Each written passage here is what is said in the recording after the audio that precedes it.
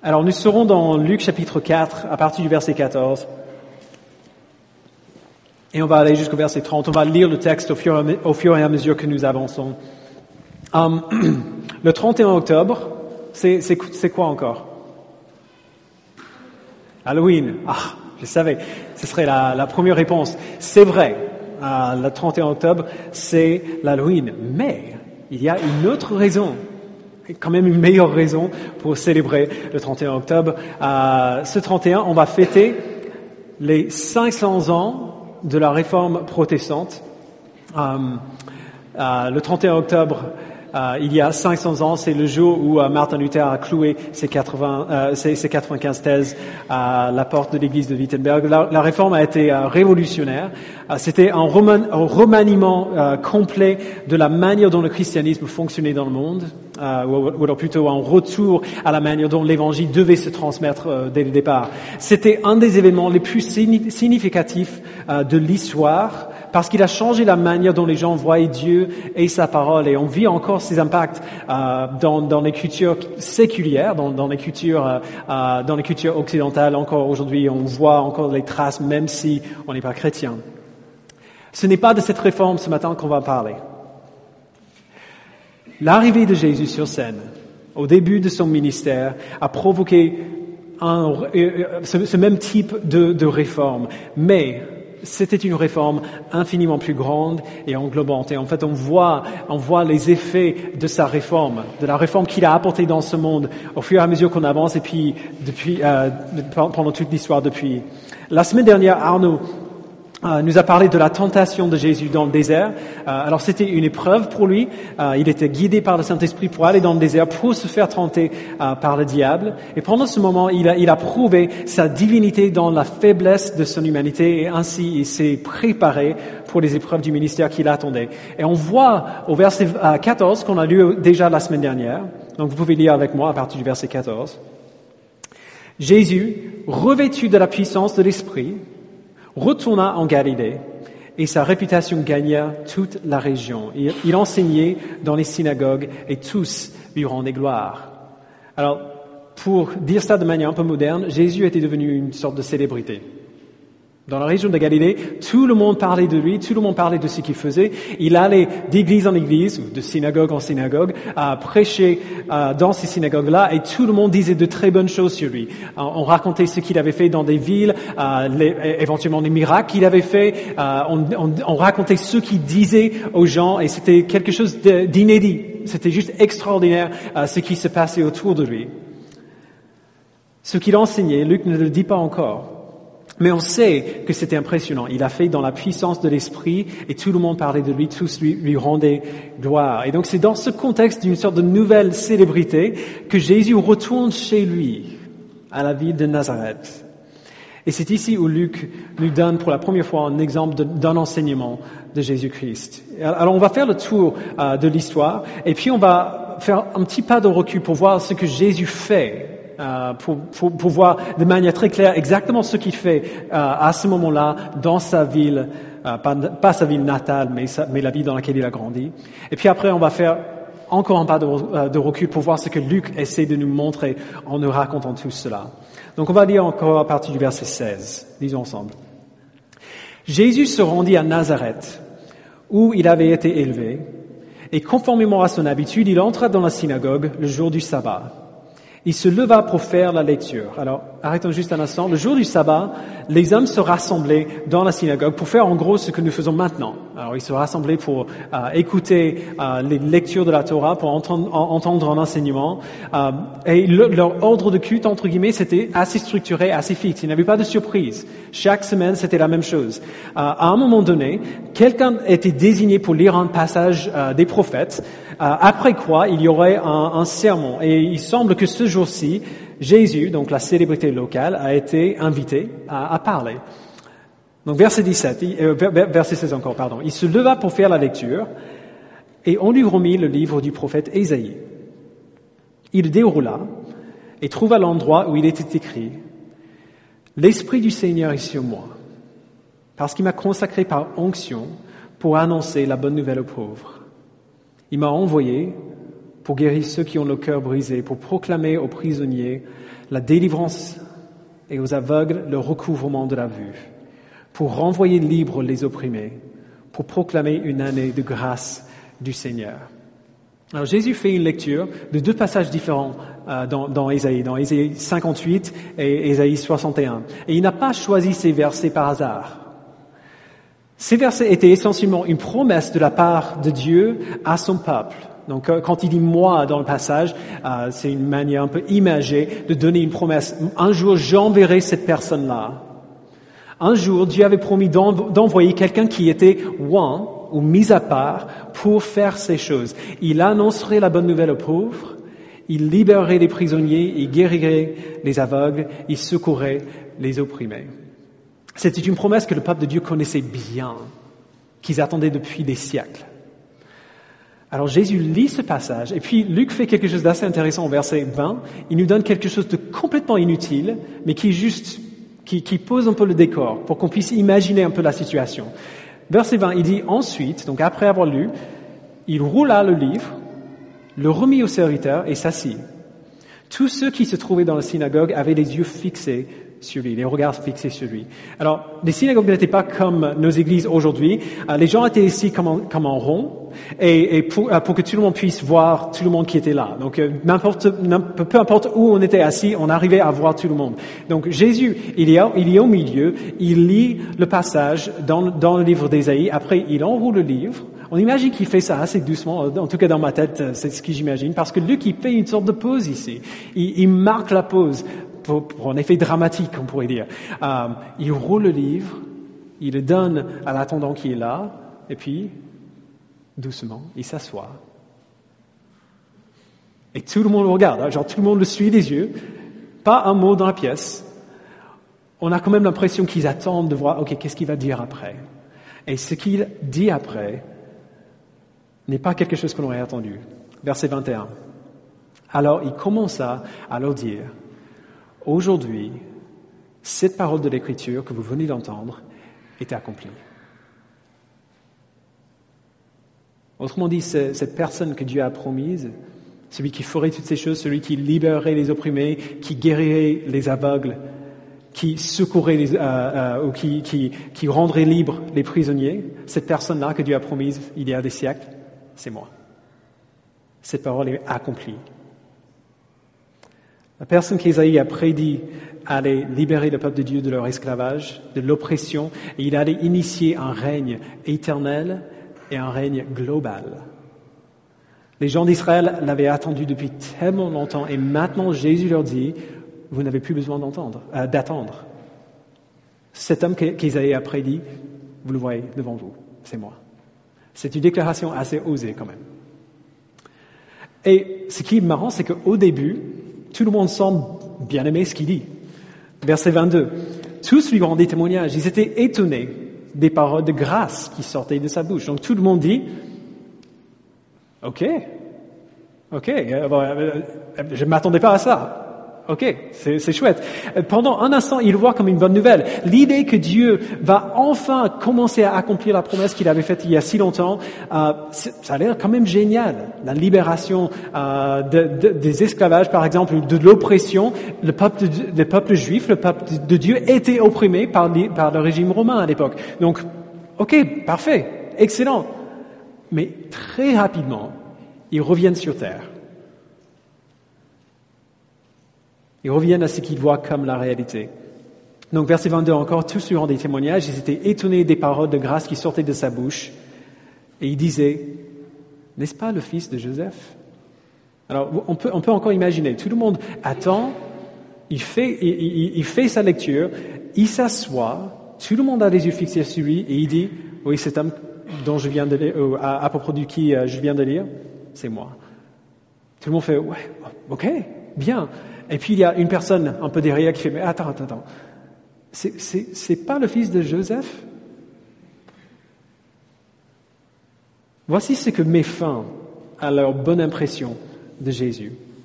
Ces personnes, contrairement aux autres personnes autour dans la région, ces personnes-là connaissent Jésus. Il est dans la vie dans laquelle il a grandi. Il est chez lui. Ces hommes connaissent son père, le charpentier. Ils ont vu Jésus grandir. Ils se souviennent de lui quand il était bébé, quand il était petit garçon, quand il était ado. Au chapitre 2, verset 52, Luc nous dit que Jésus grandissait en sagesse, en taille et en grâce devant Dieu et devant les hommes. C'est-à-dire qu'on l'aimait bien. C'était quelqu'un que les gens admiraient, qu'on respectait. Mais quand même, d'aller d'un jeune homme qui est bien aimé et respecté à un homme qui dit essentiellement « Je suis le roi promis de Dieu », c'est quand même difficile à avaler.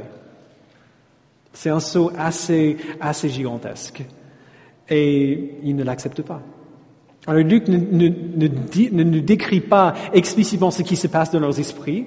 Ce qu'il dit, c'est plutôt que Jésus sait très bien ce qui se passe dans leurs esprits. Et c'est de ça qu'il parle au verset 23. Donc Jésus leur dit, « Vous allez sans doute me citer ce proverbe, « Médecin, guéris-toi toi-même. » Et vous me direz, fais ici dans ta patrie tout ce que nous avons appris, tu as fait à Capernaum. Alors apparemment, Jésus a fait quelque chose d'extraordinaire dans la vie de Capernaum. Et il sait très bien ce qu'il pense. Ce que les personnes qui sont présentes là, il sait très bien ce qu'elles pensent. Ouais, c'est ça. C'est toi. C'est toi, l'homme dont Ésaïe a parlé. C'est toi celui que Dieu a consacré par l'onction. D'accord, ok, si c'est toi, prouve-le. Fais ici la même chose que tu as fait là-bas. Si tu veux qu'on croie, montre-nous comme tu leur as montré à eux. Voici le truc. Ils avaient déjà des preuves. Ils savaient déjà, tout le monde parlait de ce qu'il avait fait à Capernaum et ailleurs. Toute la région était en train de parler de cela. Ils avaient déjà tous les témoignages qu'il leur fallait pour savoir que cet homme avait vraiment fait ça. Mais ça ne leur suffit pas. Il dit, en tout cas il pense, si tu es qui tu dis être, fais ici ce que tu as fait là-bas. Et on remarque bien que Jésus dit que la pensée de tout le monde est assez proche de ce que Satan lui avait dit pendant sa tentation. Si tu es le Fils de Dieu, ordonne à ces pierres de devenir du pain. Si tu es le Fils de Dieu, fais ici ce que tu as fait là-bas. Ces personnes avaient toutes les preuves qu'il leur fallait. Ils avaient toutes les évidences et les témoignages qu'il leur fallait pour croire que Jésus était vraiment qui il disait être. Mais comme écrit David Gooding, ils avaient un préjugé émotionnel contre lui parce qu'ils le connaissaient depuis si longtemps. Ils avaient du mal à accepter quelque chose d'aussi grandiose de la part de quelqu'un qu'ils connaissaient si bien depuis tellement longtemps. L'idée que Jésus était le Messie allait tellement à l'encontre de la manière dont ils voyaient le monde, qu'imaginer que cet homme qui connaissait si bien pourrait être le roi que Dieu avait promis, c'était juste impensable. Alors Jésus expose leur biais émotionnel et il va continuer de le faire par la suite. Verset 24, il leur dit encore, « Je vous le dis en vérité, aucun prophète n'est bien accueilli dans sa patrie. » Alors après avoir dit cela, il raconte deux histoires qui sont très simples, mais qui vont complètement changer l'atmosphère dans la pièce. Verset 25. Je vous le déclare en toute vérité. Il y avait de nombreuses veuves en Israël à l'époque d'Élie, lorsque le ciel a été fermé 3 ans et 6 mois, et qu'il y a eu une grande famine dans tout le pays. Cependant, Élie n'a été envoyé vers aucune d'elles, mais seulement vers une veuve de Sarepta, dans le pays de Sidon. Il y avait aussi de nombreux lépreux en Israël à l'époque du prophète Élisée. Et cependant, aucun d'eux n'a été purifié, mais seulement Naaman, le Syrien. Alors, pour la plupart d'entre nous, on n'est pas juifs. Et pour chacun d'entre nous, on n'a pas vécu à l'époque où ça se passe. Okay, donc, et on pourrait avoir un peu de mal à voir pourquoi ce que Jésus vient de dire est si dramatique. Ce sont des histoires que les hommes dans la synagogue auraient très bien connues. Ils auraient très bien connues, et dans le contexte de ce que Jésus avait dit juste avant, tout le monde aurait compris ce qu'il voulait dire. En racontant ces histoires, il n'a même pas besoin d'expliquer. La raison pour laquelle j'ai dit ça, c'est parce que, il n'a même pas besoin de le dire, tout le monde comprend. Les deux histoires viennent des livres des rois dans l'Ancien Testament. Et elles parlent toutes les deux des prophètes bien connus en Israël, Élie et Élisée. Alors pour le contexte de ce passage, ce qui est important dans ces histoires n'est pas tant les détails, même s'il y a des choses excellentes et importantes dans les histoires mêmes. Ce qui est important ici, c'est le message que Jésus cherche à communiquer en mentionnant ces deux histoires ensemble. Dieu avait établi une alliance avec le peuple d'Israël, que Dieu serait leur Dieu et qu'il serait leur peuple. Tout le monde qui ne faisait pas partie du peuple d'Israël était des étrangers et donc ne faisait pas partie de cette alliance-là. C'était considéré comme des païens impurs. Il y avait de nombreux commandements dans l'Ancien Testament donnés au peuple d'Israël de ne pas se mélanger, de ne pas s'entremarier avec les autres peuples païens qui se trouvaient autour pour garder le peuple de Dieu pur de leurs idoles. C'était des non-juifs qui étaient considérés comme ceux qui étaient étrangers et dehors et qui devaient rester étrangers et dehors.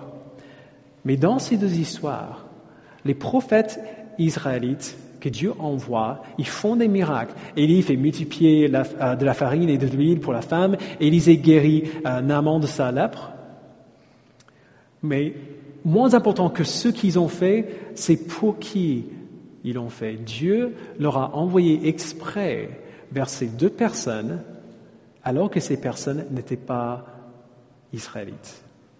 La femme venait de Sarepta dans le pays de Sidon, et Naaman venait de la Syrie. C'était des non-juifs, des païens, des gens qui ne sont pas israélites, qui sont exclus des promesses de Dieu.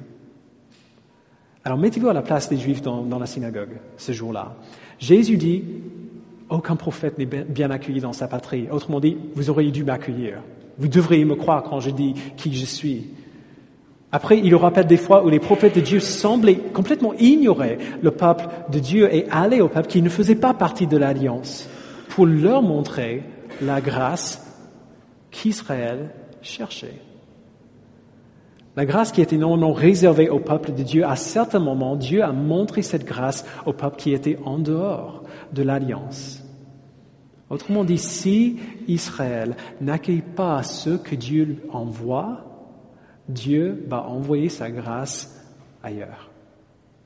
Il va envoyer sa grâce aux gens qui vont l'accueillir, même si ces gens ne font pas partie de son peuple. En racontant ces histoires dans un contexte présent, Jésus suggère qu'ici, il ne s'agit pas de simples histoires, de simples anecdotes de l'Ancien Testament, mais plutôt que c'est la manière dont Dieu fait les choses au présent. Que Dieu est ce type de Dieu. Que encore aujourd'hui, si celui que Dieu envoie n'est pas accueilli et accepté par le peuple de Dieu, Dieu l'enverra ailleurs. Sa bénédiction n'est pas seulement pour le peuple de l'Alliance, mais s'étend aussi aux non-juifs. Et l'inclusion des non-juifs aurait été scandaleuse pour les juifs, parce que cela aurait suggéré, au moins pour eux, que Dieu serait prêt à se souiller en s'unissant au peuple impur. Alors les juifs dans la synagogue sont furieux. Ils pètent un câble. Tellement furieux en fait qu'ils sont prêts à le tuer sur le champ. Il aurait fait si Jésus ne s'était pas échappé. On est censé comprendre que c'était pas un miracle. C'est presque comme si, lisons ensemble, verset 28. Ils furent tous remplis de colère dans la synagogue lorsqu'ils entendirent ces paroles. Ils se levèrent et ils le chassèrent de la ville et le menèrent jusqu'à un escarpement de la montagne sur laquelle leur ville était construite afin de le précipiter dans le vide.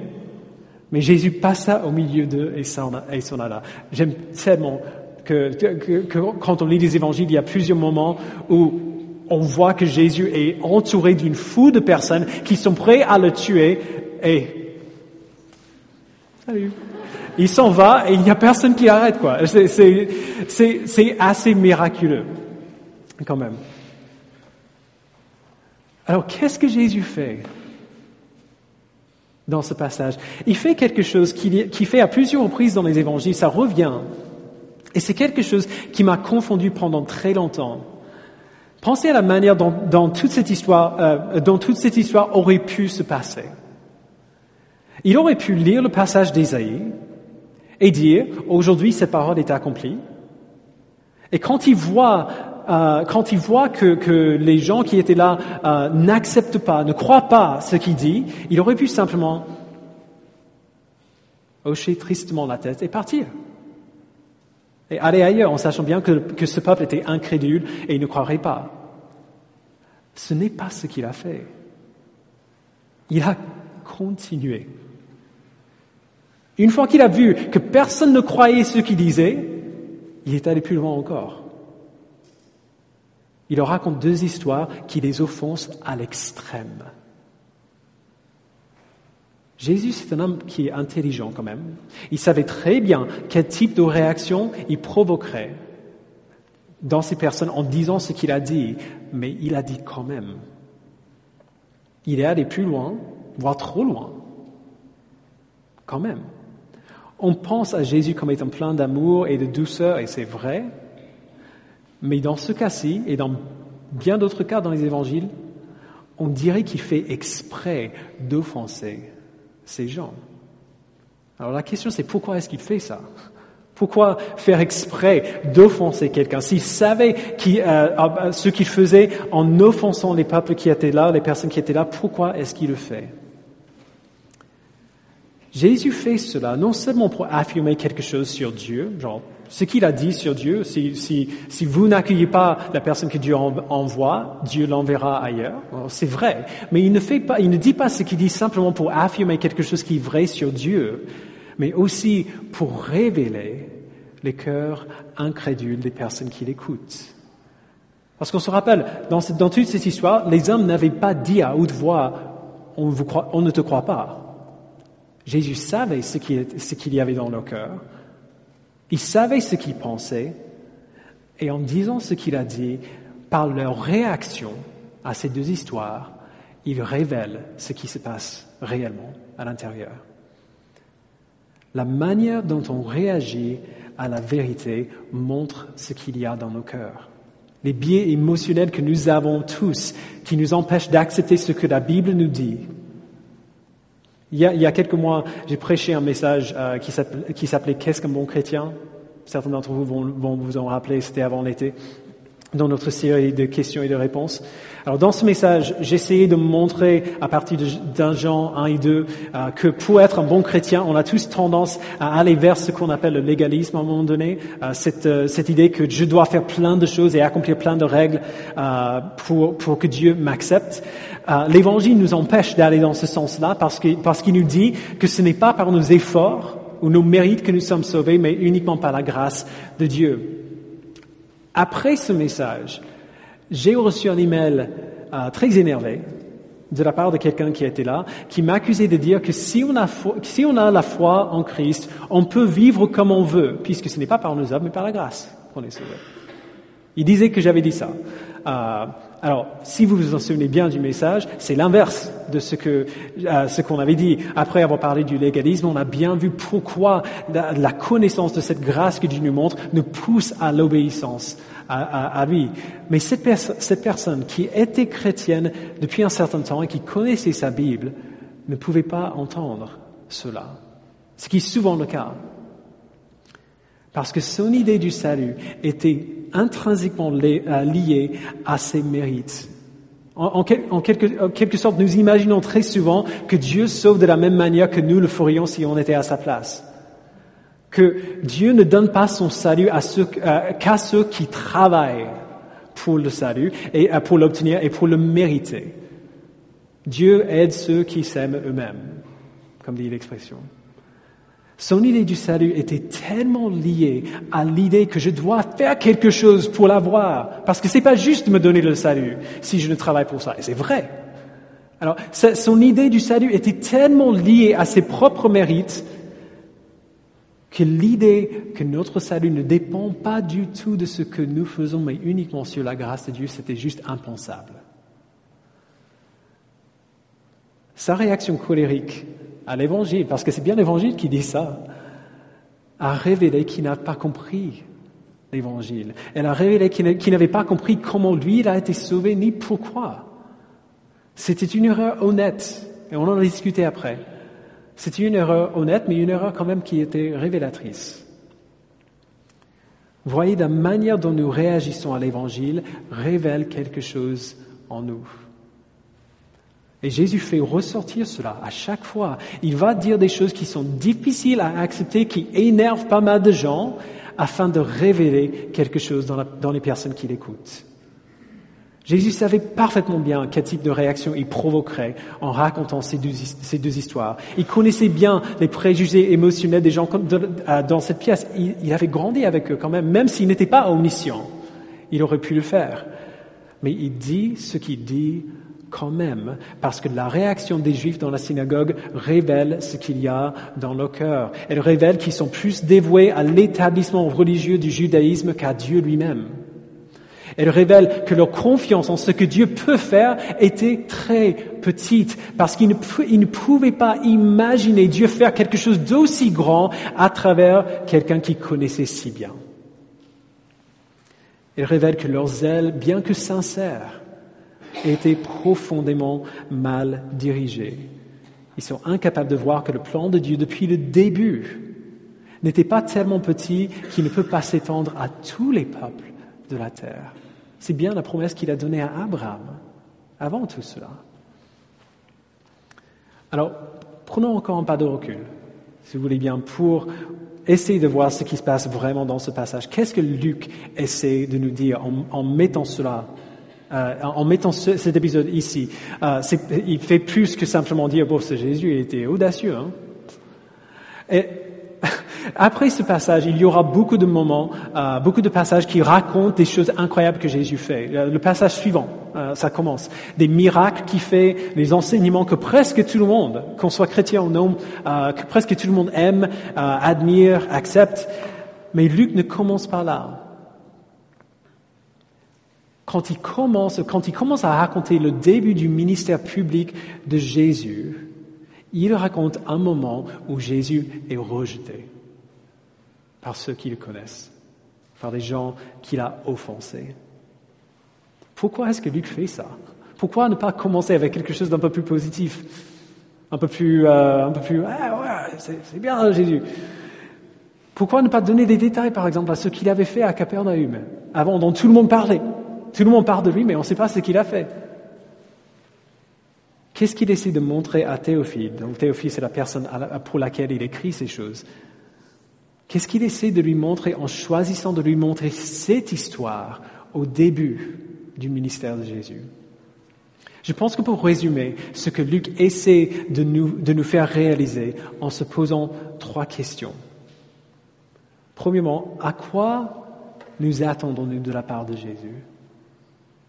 Cette première question, c'est quelque chose que nous avons déjà vu dans cet évangile. On a vu à la naissance de Jésus.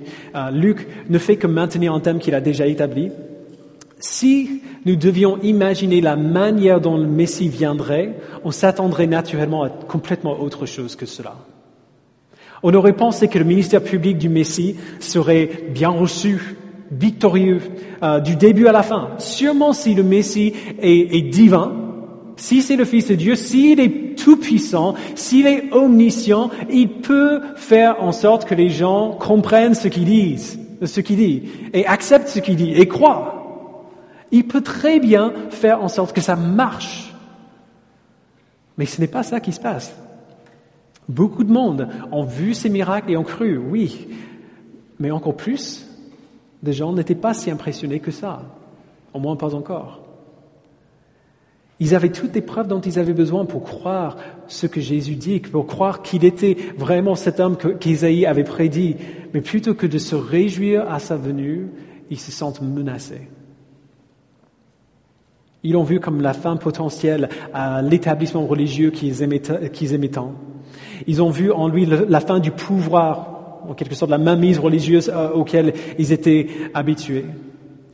Luc insiste très fortement depuis le début que Jésus est bel et bien le Messie, qu'il est bien le roi promis de Dieu. Mais quand même, de bien des manières, son ministère, on pourrait le voir comme un échec colossal. Un échec énorme. Les gens dans sa propre ville, qui le connaissaient mieux que quiconque, l'ont rejeté. Et c'était la première d'une série de rejets qui l'amènerait finalement à son exécution publique sur une croix romaine. Luc aide Théophile à voir que ce qui semble être un échec ne l'est pas du tout. Que Jésus ne fait pas des choses comme on s'attendrait. Que la venue du Messie a été radicalement inattendue. Que tout ce que Jésus a fait était parfaitement intentionnel, même des choses qu'on dirait être des échecs. C'était la manière dont il allait gagner son royaume, non pas à travers une victoire évidente, mais à travers ce qui semble être un échec total. Si nous continuons vraiment dans notre vie chrétienne, si nous poursuivons Jésus tout au long des années, une chose qu'on va voir de manière constante, c'est que Jésus surprend toujours. Il ne fait jamais des choses comme on s'attendrait. Il ne travaille jamais en nous comme on s'attendrait. Deuxième question. Quel préjugé émotionnel nous empêche d'accepter la vérité? Et quand je dis préjugé émotionnel, je dis des choses auxquelles on s'attend, normalement, sans même réaliser que c'est ça qu'on attend, que nous avons ces préjugés-là. Les hommes dans la synagogue avaient toutes les preuves dont ils avaient besoin pour croire en Jésus, mais ils ont un préjugé émotionnel qui les empêche de voir que Jésus est vraiment celui qu'il dit être. Ils n'arrivent pas à croire en lui parce qu'ils sont tellement émotionnellement attachés à la loi de Moïse que l'idée que Dieu commence à accomplir ses promesses de manière si inattendue, c'est juste impossible. Et nous sommes exactement pareils. Nous sommes exactement pareils. Si nous grandissons dans la foi, nous verrons que Jésus dit des choses qui nous rendent très, très mal à l'aise. L'Évangile ne nous permet jamais de rester dans un état de confort. Et bien souvent, notre réaction à ce que la Bible nous dévoile, qui nous rend très mal à l'aise, notre réaction sera le rejet. Un bon exemple, c'est ce qui se passe pour beaucoup de personnes quand ils entendent pour la première fois Jésus dire quelque chose comme « Ce n'est pas vous qui m'avez choisi, mais c'est moi qui vous ai choisi » dans Jean 15, verset 16. L'idée que notre décision de suivre Jésus ne dépend pas entièrement de nous, c'est pas super agréable. Si on a grandi avec cet enseignement, on le trouve moins choquant. Mais si on n'a pas grandi avec cet enseignement-là, la première fois qu'on l'entend, ça fait quand même flipper. Nous avons un préjugé émotionnel tellement fort en faveur du libre arbitre et de notre propre suffisance qu'au début, si nous n'avons pas grandi avec cet enseignement, nous ne prenons même pas le temps de vraiment considérer ce que Jésus dit là. Nous ne prenons même pas le temps de vraiment réfléchir. Alors, quand il dit ça, est-ce qu'il veut vraiment dire ce qu'on dirait?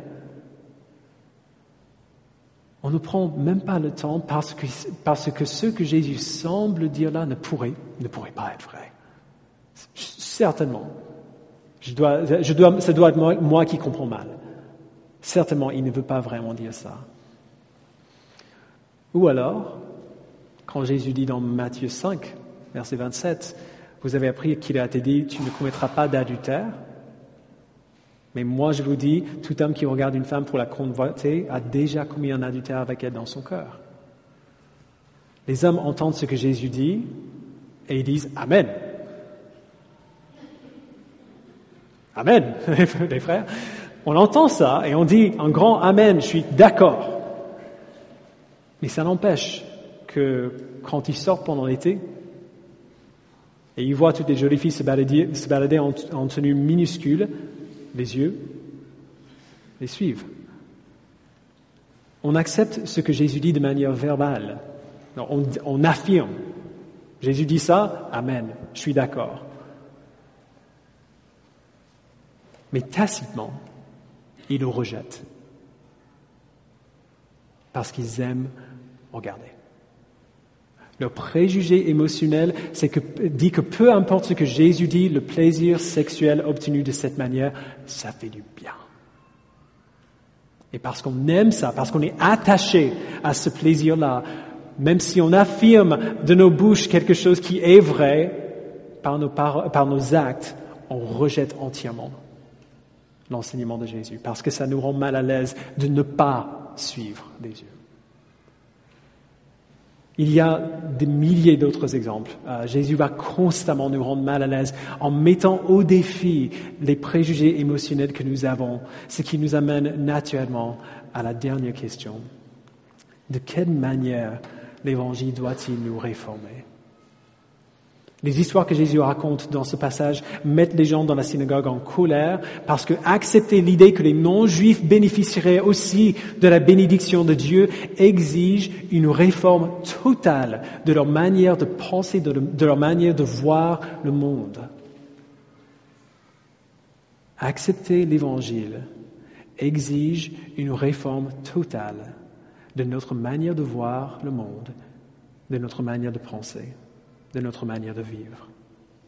C'est profondément important, à la fois pour les croyants et pour les non-croyants. Si vous avez grandi dans l'Église et vous avez passé une grande partie de votre temps à entendre, à connaître l'Évangile, laissez-moi vous demander, est-ce que c'est possible qu'à un moment donné, vous avez commencé à plus aimer le christianisme que Jésus?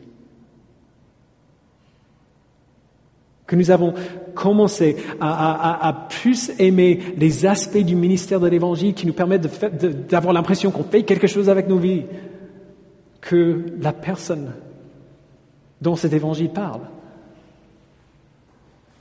De quelle manière est-ce que nous qui sommes chrétiens aimons les personnes avec lesquelles on n'est pas d'accord? Chrétiens ou non chrétiens? De quelle manière est-ce qu'on montre que l'amour que j'ai pour vous, c'est l'amour qu'il a eu pour moi? Et donc j'ai envie de prendre ce qu'il a fait pour moi et de le multiplier de cette manière. Quels sont les domaines de votre vie, de notre vie, où nous acceptons verbalement ce que dit Jésus, mais où nous le rejetons par ce que nous faisons? Accepter Jésus exige une réforme totale de notre manière de vivre, de notre manière de penser. Et cette réforme ne s'applique pas qu'aux gens qui sont chrétiens.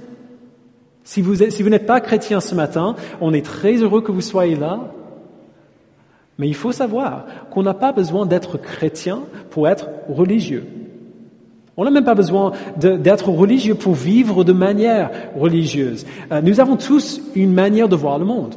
On a tous une vision du monde, on loue tous quelque chose parce que nous louons ce que nous aimons et désirons et croyons. Et Jésus va constamment, si vous lui donnez l'occasion, Jésus va constamment mettre au défi votre manière de croire et de penser et de voir le monde. Il va le faire sans cesse. Il le fera avant qu'on le connaisse et il n'arrêtera pas de le faire pendant tout le reste de nos vies. Quand vous rencontrez Jésus et commencez à vivre pour lui, vous allez rapidement voir que rien n'est comme c'était avant. Le monde n'est plus simplement l'endroit où je vis, c'est la création de Dieu dans laquelle il accomplit ses plans éternels. Je ne m'appartiens plus. Maintenant, je suis son enfant, racheté par le sacrifice de son Fils, pardonné de mes péchés et rendu nouveau, une nouvelle créature. Ma vie n'existe plus pour moi-même. En tant qu'enfant de Dieu, j'ai reçu la mission merveilleuse de le glorifier dans ma famille, dans mon travail, dans mes loisirs, dans mes amitiés. Si vous poursuivez un tout petit peu la connaissance de Jésus-Christ, vous allez rapidement voir que suivre Jésus-Christ nous coûte tout. Tout change. Il n'y a aucun domaine de notre vie qui s'échappe à cette réforme, à ce changement que l'Évangile produit. Mais en retour, nous gagnons infiniment plus. C'est pour ça qu'on dit souvent, on doit tout sacrifier pour suivre Jésus, mais c'est pas un sacrifice du tout. On gagne infiniment plus que ce qu'on perd. On ne perd que des choses pourries. Et on gagne l'éternité joyeuse et parfaite avec lui. Au plus simple appel de ce texte, c'est un appel à croire. L'Évangile nous dit que nous sommes tous des pécheurs, que nous avons tous besoin d'un sauveur et que Jésus est bien ce sauveur-là. Qu'il a vécu notre vie et qu'il a souffert notre mort afin que nous puissions nous tenir devant Dieu et être acceptés et adoptés par lui, déclarés justes.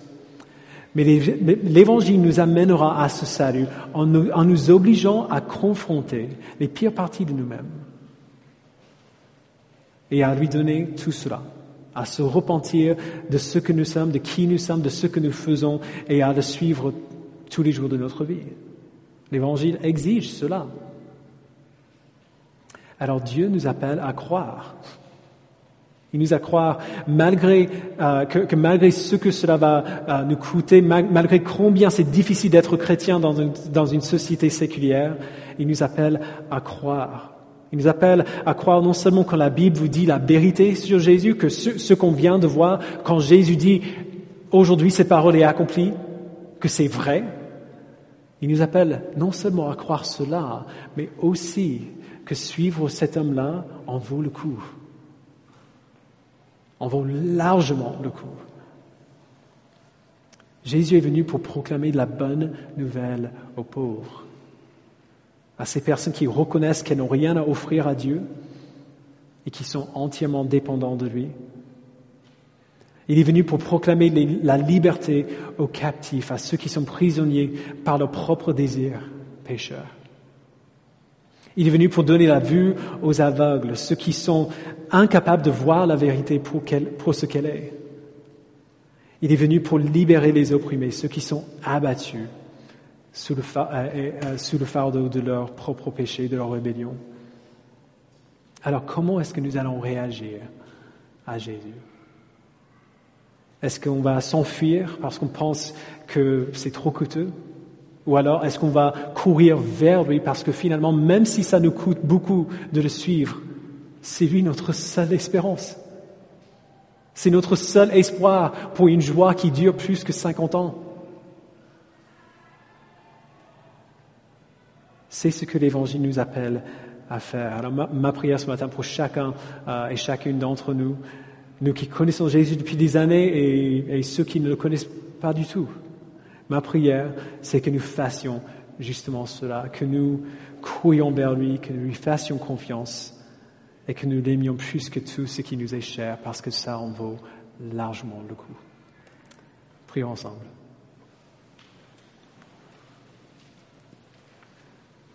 Père, merci. Merci de ne pas nous avoir donné un Messie facile. De ne pas avoir envoyé Jésus-Christ comme quelqu'un qui nous dirait tout simplement ce que nous voulons entendre. Merci Père de nous avoir donné un Sauveur qui nous mettrait au défi constamment, qui va constamment nous remettre en question les choses que nous croyons, les choses que nous aimons, les choses que nous faisons. J'aurais du mal à croire en Jésus s'il ne me disait que les choses que j'aime bien entendre. Donne-nous, Père, non seulement d'accepter ce que Jésus dit par nos bouches, mais donne-nous, Père, d'affirmer et d'accepter ce qu'il dit aussi par la manière dont nous vivons nos vies. Garde-nous, Père, de montrer par nos vies que nous rejetons finalement l'enseignement de Jésus, que nous rejetons qui il est et ce qu'il dit de lui-même. Nous nous livrons à toi, Père. Transforme-nous. Change-nous du haut jusqu'en bas. Change-nous dans tous les domaines de notre vie et que nous gardions aucun recoin de notre vie pour nous-mêmes. Nous savons que c'est cela que tu demandes. Mais nous n'avons pas le pouvoir, la puissance en nous-mêmes de le faire. Nous aimons si bien le péché. Nous aimons si bien nous-mêmes. Nous sommes tellement centrés sur nous-mêmes que nous avons besoin de ton esprit pour nous aider à faire cela. Rends-nous la vue parce que nous sommes aveugles. Libère-nous, Père, parce que nous sommes des prisonniers de nos propres désirs. Proclame pour nous cette bonne nouvelle cette année de grâce que tu as promise depuis si longtemps. Et donne-nous, par ton esprit, de croire que cette année de grâce est venue. Que la bonne nouvelle est là, que Jésus est venu et que par son sacrifice, nous sommes à lui. Nous sommes unis à lui. Nous t'appartenons maintenant. Donne-nous de vivre ainsi. Au nom de Jésus, nous le prions. Amen.